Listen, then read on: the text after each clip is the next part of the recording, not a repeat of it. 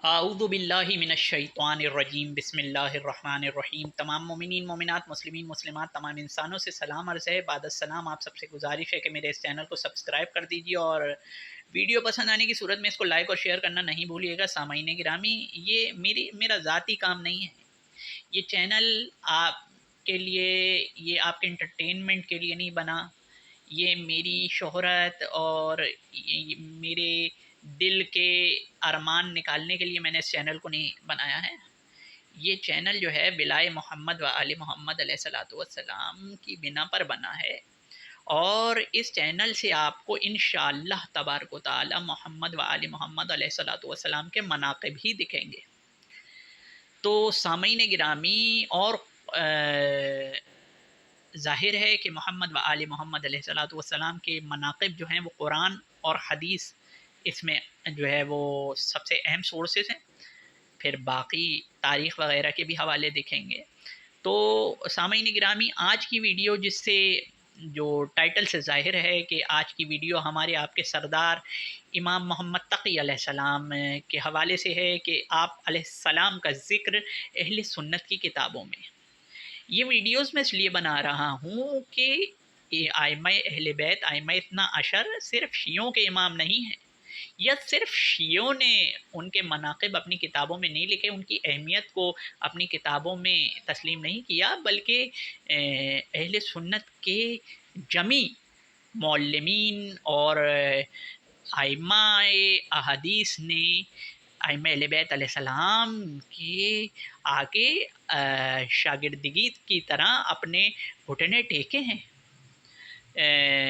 आप अगर इसमें दलील मांगना चाहें तो इमाम अली रज़ा अलैहिस्सलाम की वो हदीस है जिसके जिसे हदीस सिलसिला तो ज़हब कहा गया है कि इमाम यानी के रसूल ज़ादे की एक निगाह के लिए और एक हदीस के लिए हुजूम था अहले सुन्नत और दीगर उलमाए दीन का, जो कि मुख्तलिफ मकातिब फ़िक्र से बिलोंग करते थे, कि एक हदीस हम सुन ले फ़र्जंदे रसूल से। सामईन गिरामी, आज हम इमाम मोहम्मद तक़ी अलैहिस्सलातु वस्सलाम का ज़िक्र अहले सुन्नत की किताबों से मुख्तसरन ज़िक्र करेंगे।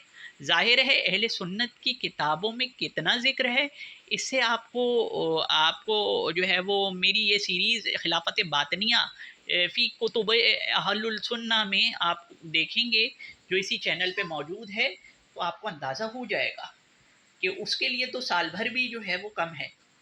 अब आपको इख्तिसार के साथ मैं इमाम अली इमाम मोहम्मद तक़ी अलैहिस्सलातु वस्सलाम का तारुफ़ कराता हूँ। अहले सुन्नत की पहली किताब आपको दिखा रहा हूँ, रोज़तुश शुहदा, जो कि किसने लिखी है? मुल्ला वाइस काशफ़ी ने लिखी है, वाइस हुसैन वाइस काशफ़ी ने, और इसका तर्जुमा किया है अल्लामा साइम चिश्ती रहीमुल्लाह अलैह ने, और चिश्ती कुतुब खाने से छपी है। बग़ैर किसी ताख़ीर के मज़कूरा सफ़े पर चलते हैं। रोज़तुश शुहदा, सफ़ा नंबर 699, और इसके यानी कि यहाँ हेडिंग डली है, इमाम मोहम्मद तक़ी अलैहिस्सलाम की औलाद के बयान में। अच्छा, इमाम मोहम्मद तक़ी अलैहिस्सलाम, आप आइम्मा इत्ना अशर से इमाम नहुम यानी नवे इमाम हैं। आपकी कुनियत अबू जाफ़र और लक़ब तक़ी, क़ाने और जव्वाद है। आपकी विलादत शरीफ मदीना मुनव्वरा में जुमा के दिन 11 रजबुल मुरज्जब और बाज़ के नज़दीक निस्फ़ रमज़ानुल मुबारक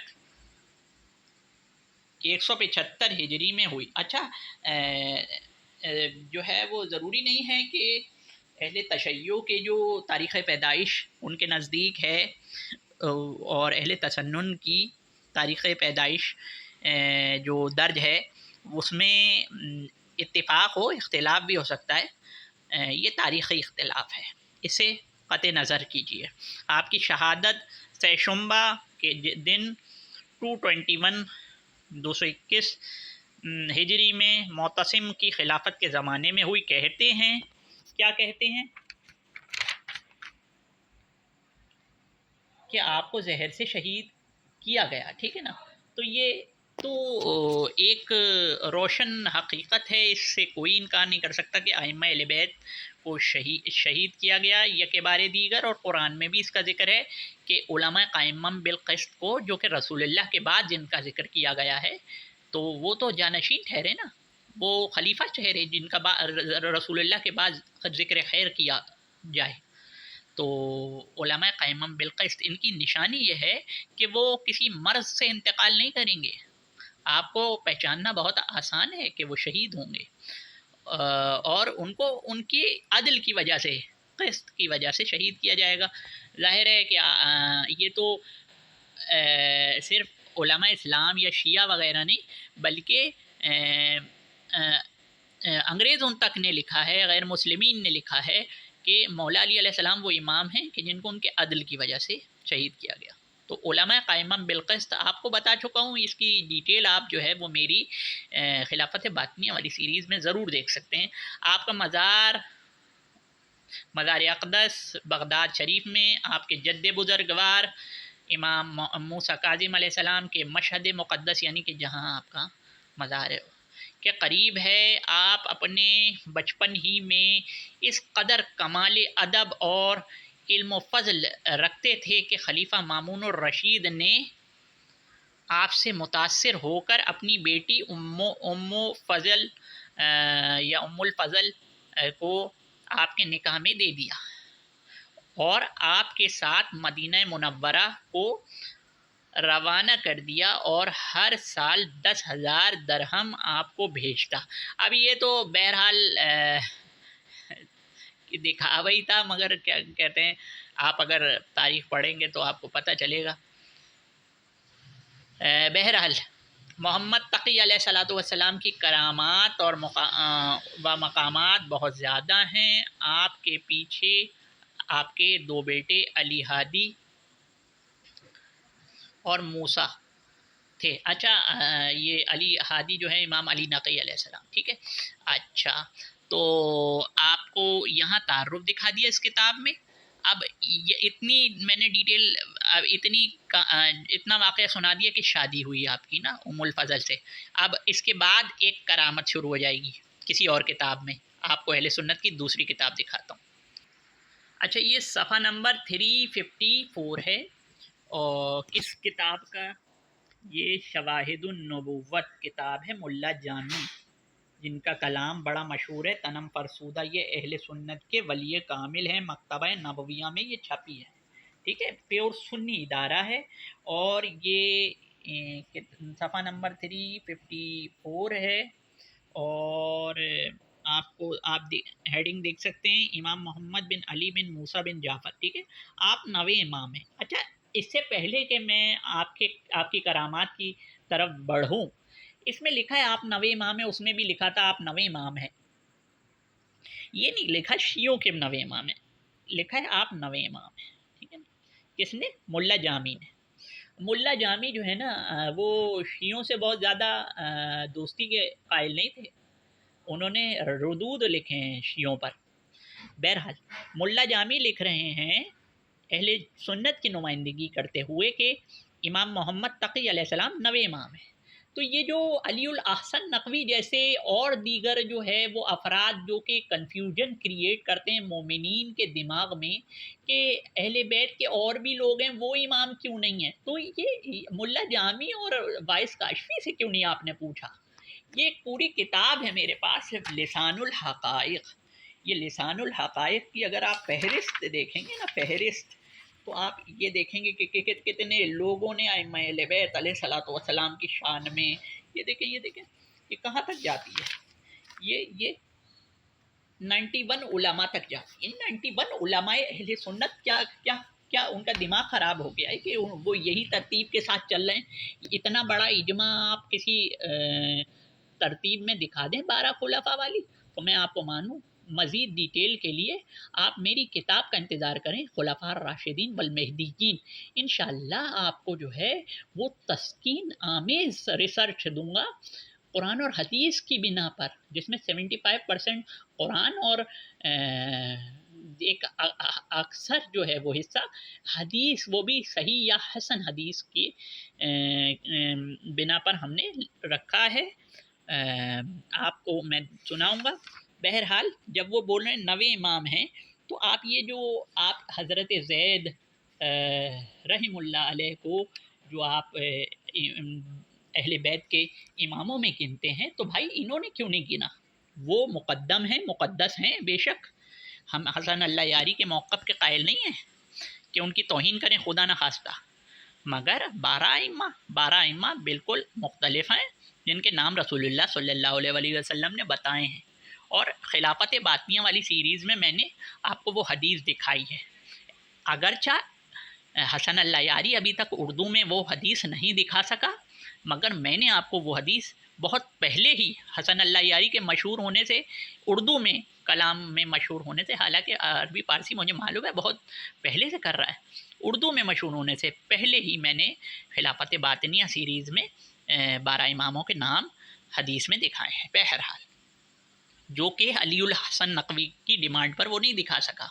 आपकी करामात, जब मामून और रशीद, देखिए वहीं से कंटिन्यू हो रहा है, ने अपनी बेटी उम्मुल फजल का निकाह करके, उम्मु फजल का निकाह करके मदीना मुनव्वरा रवाना किया, तो आप रास्ते में चंद रोज़ के लिए कूफा में ठहरे। आखिरी दिन आप एक मस्जिद में तशरीफ़ ले गए जिसमें बेरी का दरख्त था, जो कभी भी बारावर नहीं हुआ था, यानी उस पर कभी फूल नहीं आए थे, फल नहीं आए थे। वो कभी जो है वो उसकी टहनियाँ सूखी हुई थी, मुरझाई हुई थी, बिल्कुल मुरझाया हुआ दरख्त। आपने पानी का एक कूज़ा तलब फरमाया, इस दरख्त की जड़ के पास बैठकर वज़ू फरमाया। बाद इज़ा नमाज मगरिब अदा की करने चले गए। नमाज अदा करके दरख्त की जड़ के पास पहुँचे तो देखा इस पर बग़ैर गुठली के मीठा फल लगा हुआ है, जिसे लोग बतौर तबर्रुक लेते और खाते। ये है इमाम की बरकत, ये है इमाम की करामत, ये है इमाम का मोजज़ा, ये है फ़र्ज़ंदे रसूल की हैसियत, हकीकत, ये है खूने रसूल की तासीर। आइए आपको अहले सुन्नत की एक और किताब, जो आज की प्रोग्राम की तीसरी किताब है, उसमें आपको एक और मुनफरिद करामत यानी मोजज़ा इमाम मोहम्मद तक़ी अलैहिस्सलाम का दिखाते हैं। ये किताब है तनवीरुल अज़हार। असल में इस किताब का नाम असल में है नूरुल अब्सार। इसका तर्जुमा तनवीरुल अज़हार के नाम से शेखुल हदीस ग़ुलाम रसूल रज़वी ने किया है। किसी जो है वो इस्तिलाह में जिन कहते हैं कि नीम रावज़ी, उसने नहीं किया। असल में ये मुतक़द्दिम अहले सुन्नत के आलिम जनाब शेख मोमिन बिन हसन मोमिन शबलंजी रहमतुल्लाह अलैह की लिखी हुई किताब नूरुल अब्सार है। इसका तर्जुमा, ठीक है, तफ़हीमुल बुखारी पब्लिकेशन से ये छपा हुआ है। फैसलाबाद में किसी शिया इदारे से नहीं छपा। आपको बग़ैर किसी ताख़ीर के मज़कूरा सफ़े पर लेकर चलते हैं। जी, नूरुल अब्सार, जिसका तर्जुमा है तनवीरुल अज़हार उर्दू का, सैयदी अबू जाफ़र मोहम्मद जवाद रज़ी अल्लाह ताला अन्हु की करामत। ठीक है भाई।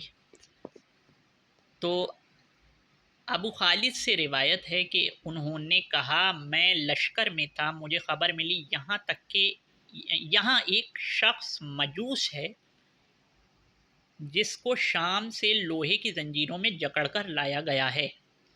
लोग कहते हैं कि वो नबी बना हुआ है, नाउज़ुबिल्लाह। तो ये उस पर इल्ज़ाम था, और ये आपको इससे पता चलेगा कि ये इल्ज़ाम तराशी कितने अरसे से, कितनी सदियों से चल रही है। इसका मतलब ये नहीं है कि लोगों ने झूठा दावा नहीं किया, लोगों ने झूठा दावा किया है नबूवत का, मगर कुछ लोगों को प्रोपेगेंडे के तहत भी फंसाया गया है। उसकी जो जीती जागती मिसाल ये वाक़या है। अच्छा, ये वाक़या जो है वो और लोगों ने भी लिखा है, मैं इस किताब से आपको दिखा रहा हूँ, ठीक है ना। लोग कहते हैं कि वो नबी बना हुआ है। मैं क़ैद खाने के दरवाज़े पर गया। अच्छा, अबू खालिद जो है ना, वो ख़ुद भी मुतमईन नहीं है, वो जानता था कि ये चालबाज़ी हो सकती है, ठीक है ना, वो खुद भी मुतमईन नहीं था, वरना उसको तो इस पर रहम आना ही नहीं चाहिए था कि जो नबी बना हुआ है इस पर रहम आने की ज़रूरत ही नहीं थी। ठीक है, वो समझता था ये कोई ना कोई दाल में काला है। कैद खाने के दरवाजे पे गया, जेल के दरोगा को कोई शय देकर मैं इसके पास चला गया। वो शख्स बड़ा समझदार, अक्लमंद, संजीदा किस्म का था। मैंने इसे कहा, दरअसल वाक़या क्या है? इसने कहा, मैं शाम में ऐसी जगह अल्लाह ताला की इबादत करता था जिसके मुतालिक कहा जाता था वहाँ इमाम हुसैन रज़ी अल्लाह ताला अन्हु का सर मुबारक नस्ब किया गया था। अब जाहिर है कि अगर वो ऐसी जगह इबादत करेगा जहाँ से फर्जंदे रसूल खुसूसन इमाम हुसैन अलैहिस्सलाम का ज़िक्र उजागर होगा, उनके सर का ज़िक्र होगा, तो भाई ये तो फिर ऐसे इल्ज़ामात तो लगेंगे। अब वो ये शख्स हो या फिर मुख्तार हो, इल्ज़ाम तो लगना है। हुसैन अलैहिस्सलाम की क़द्र मंजिलत जो समझेगा वो तो फिर ये जो नाम नहाद बनाए हुए जो हुक्मरान हैं इनके एजेंडे के ख़िलाफ़ जा रहा है, तो उन पर तो इल्ज़ाम लगेगा झूठी नबूवत का।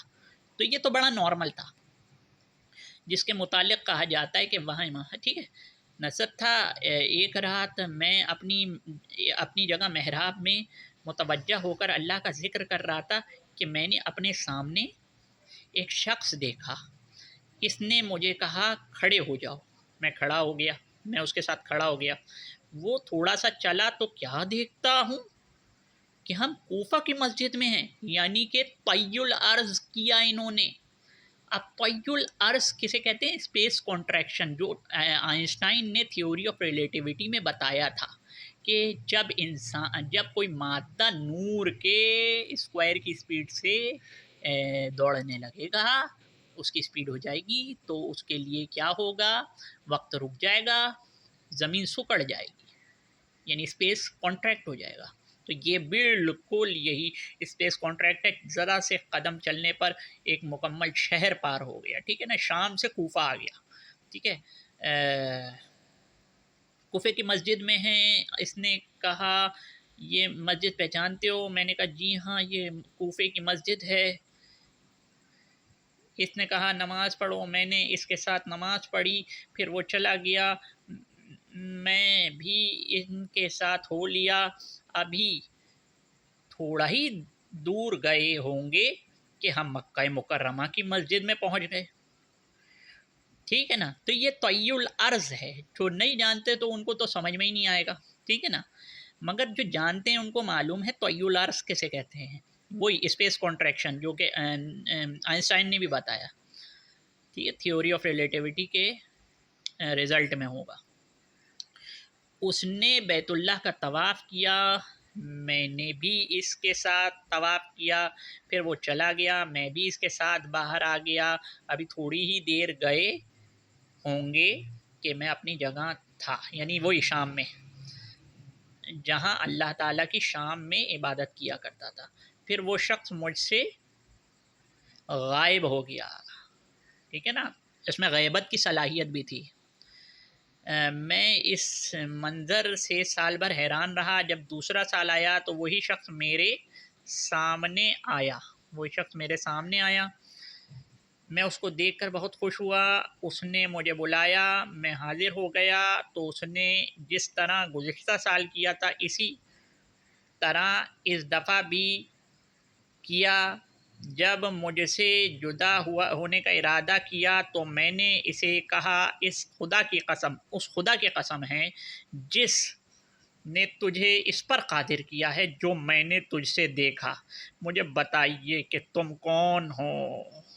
उन्होंने कहा, मोहम्मद मोहम्मद इब्ने अली रज़ा इब्ने मूसा बिन जाफ़र अलैहिस्सलाम, यानी इमाम मोहम्मद तकी अलैहिस्सलाम। जो शख्स मेरे पास आया था, इस जगह आया करता था, एक शख्स आया करता था, मैंने उसको ये बता दिया। यानी एक आदमी था जो हुक्मरानों का, हो सकता है कि वो हुक्मरान का, हुकूमत का जासूस, उसको बता दिया इसने कि ये राज की खबर बता दी। इसने इस खबर को मोहम्मद बिन अब्दुल मालिक ज़ैयात को पहुंचाई, यानी कि जो कि नुमाइंदा था हुकूमत का, इसने मेरे पास एक शख्स भेजा जिसने मुझे इस जगह से गिरफ़्तार कर लिया और लोहे की ज़ंजीरों से बांध कर मुझे इराक़ ले गया और क़ैद कर दिया। अब ये वजह थी जिसकी वजह से इस पर इल्ज़ाम था कि इसने नबूवत का दावा किया है। ठीक है भैया, इराक़ ले गए वग़ैरह मुझे, ठीक है, और लोहे की ज़ंजीरों से बांध कर मुझे इराक़ ले गया और क़ैद कर दिया। आप देख ही रहे हैं कि इस शख्स ने मुझ पर मुहाल शय का बहतान लगाया। मुहाल शय का यानी यही वाली चीज़ का कि नाउज़ुबिल्लाह मैंने नबूवत का ऐलान किया। मैंने इसे कहा ये वाक़या मालिक ज़य्याद को बताऊं? उसने कहा ठीक है। यानी ये बंदा भी जो है ना, अबू खालिद, इसने कहा मैं बताऊं दोबारा से ये हुआ है? तो उन्होंने कहा ठीक है, ज़िक्र करो। मैंने इसका सारा वाक़या लिख दिया और इसमें इसकी खूब वजाहत करके अब्दुल मालिक को दिया। तो पास ले गया तो इसकी पुष्ट पर लिखा हुआ पाया। उसके पीछे उसने क्या लिख दिया, या उसने लिख दिया या फिर किसी गैब से लिख दिया गया, ये बहरहाल डिटेल नहीं है, कि उस शख्स से कहो जिसने तुमको शाम से इन मकामात की तरफ निकाला है जिनका तूने जिक्र किया है, वो तुझे कैद खाने से निकालेगा। कौन? इमाम, यानी कि मुश्किल कुशा, यानी कि लानत ऐसे जाहिलों पर कि जो इमाम को मुश्किल कुशा मानने को तैयार नहीं है। अबू खालिद ने कहा मैं बड़ा गमज़दा हुआ, वो वर्क़ा मेरे हाथ से गिर गया।